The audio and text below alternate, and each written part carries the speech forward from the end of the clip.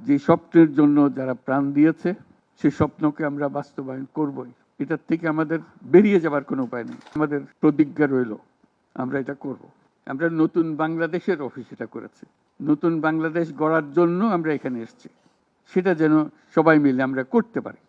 দেয়ালের যে লেখাগুলো যখনই দেখি অবাক লাগে, এত কথা কিভাবে এদের মনে আসলো। এদের পেছনে তো কোনো কবি নাই, কোনো সাহিত্যিক নাই, কোনো পণ্ডিত নাই যে কথাগুলো জোগাড় করে করে দেবে। কিন্তু সারা শহর ছড়িয়ে আছে, অন্যান্য শহরেও আছে।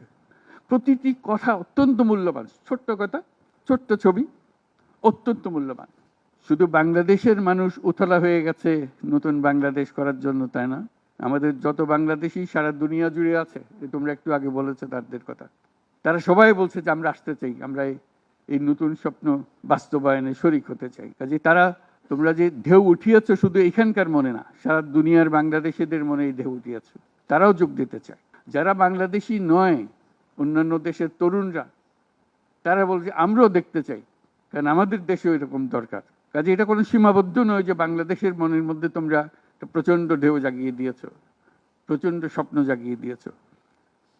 তোমরা সারা পৃথিবীর তরুণকে জাগিয়ে দিয়েছো যে এই তরুণদের হাতেই সৃষ্টি হবে নতুন পৃথিবী। কাজেই তোমরা যেটা করলা সেটারই একটা সূত্রপাত, তরুণদেরকে দিয়েই নতুন পৃথিবীর সূত্রপাত। এটা শুধু নতুন বাংলাদেশের সূত্রপাত না, এটাই নতুন বাংলাদেশের মাধ্যমে নতুন পৃথিবীর সূত্রপাত করছো তোমরা। তোমরা ইতিহাস। আজকে মনে হচ্ছে সাধারণ কয়েকজন তরুণ সামনে বসে আছে, কিছুদিন পরে এই সাধারণরাই অসাধারণ হিসেবে পৃথিবীব্যাপী স্বীকৃত হবে, যেহেতু তোমরা অসাধারণ কাজ করেছো। সেই কাজে যেন বিরতি না আসে, এটাই হলো আমাদের প্রতিজ্ঞা, যে আমরা যেন করতে পারি। আমার একটা প্রস্তাব থাকবে, নাহিদ, আসিফ, তোমাদের সবাইকে অন্তত মাসে একটা করে চিঠি লিখো আমাদের কাছে। শুধু স্মরণ করিয়ে দেওয়ার জন্য এটা বাকি রয়ে গেল, এটা ঠিক হলো না। কারণ আমরা হয়তো অনেক সময় মাথার থেকে ছুটে যাবে, যেহেতু তোমরা যেভাবে দেখে এসছো আমরা সেভাবে দেখতে জানি না। সেই জানানটা দেওয়ার জন্য আমাদেরকে গুঁতো দিতে হবে, স্মরণ করিয়ে দিতে হবে, যাতে করে আমরা এটার থেকে বিচ্যুত হয়ে যেতে না পারি।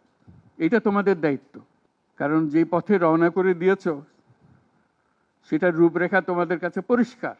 আমরা হয়তো কিছুটা বুঝেছি, কিছুটা অন্যভাবে বুঝেছি, এরকম যেন না হয়।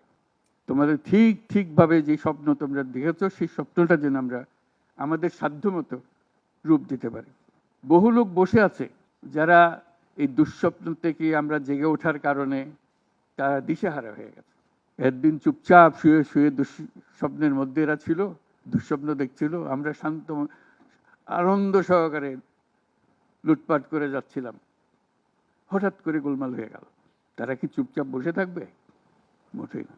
খুব চেষ্টা করবে আবার তোমাদেরকে দুঃস্বপ্নের মধ্যে যাতে ঢুকিয়ে দেওয়া যায়, তারা শান্তমতে আবার শান্তিতে আবার তাদের রাজত্ব চালাতে পারে।